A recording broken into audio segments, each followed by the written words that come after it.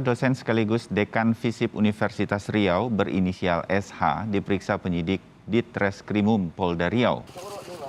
Sebelumnya seorang mahasiswi Universitas Riau berinisial L mengaku menjadi korban pelecehan oleh dekannya saat bimbingan skripsi pada akhir Oktober lalu.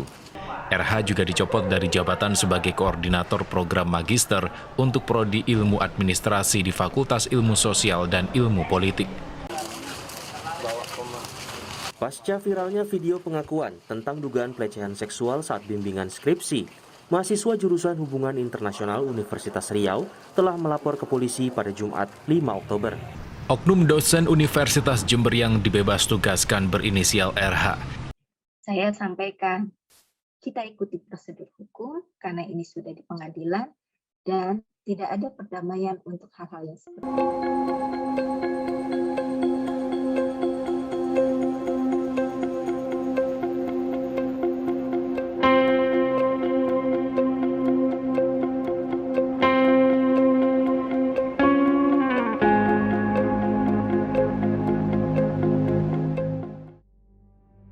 Ini hanyalah beberapa kasus dari sekian banyak kasus kekerasan seksual yang terjadi di kampus. Ya, hanya 1-2 kasus yang bermunculan di muka umum. Sedikit, bukan? Tapi faktanya, masih banyak orang yang mengabaikannya.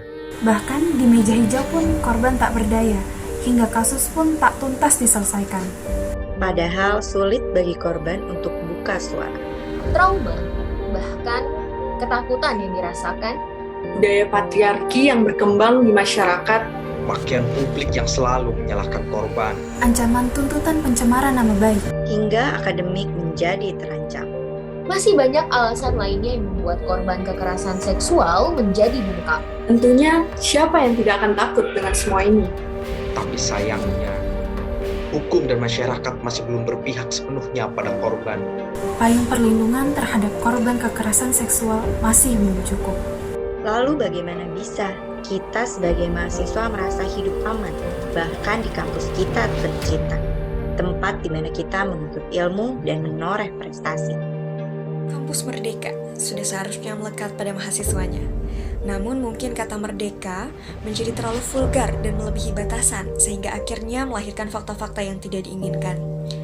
Kasus kekerasan seksual di kampus menjadi isu yang tengah hangat diperbincangkan.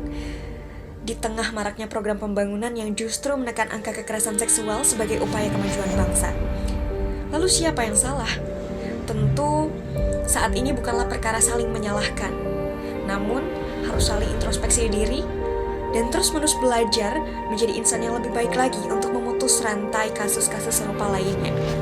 Pemberian ganjaran yang setimpal bagi pelaku dan proses trauma healing bagi korban tidaklah cukup untuk memutus kasus tersebut.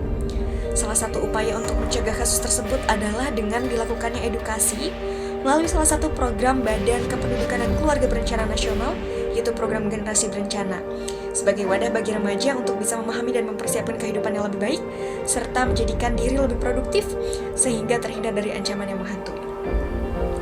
Stop menyalahkan korban, stop kekerasan seksual. Mari kita wujudkan lingkungan kampus yang aman dari kekerasan seksual.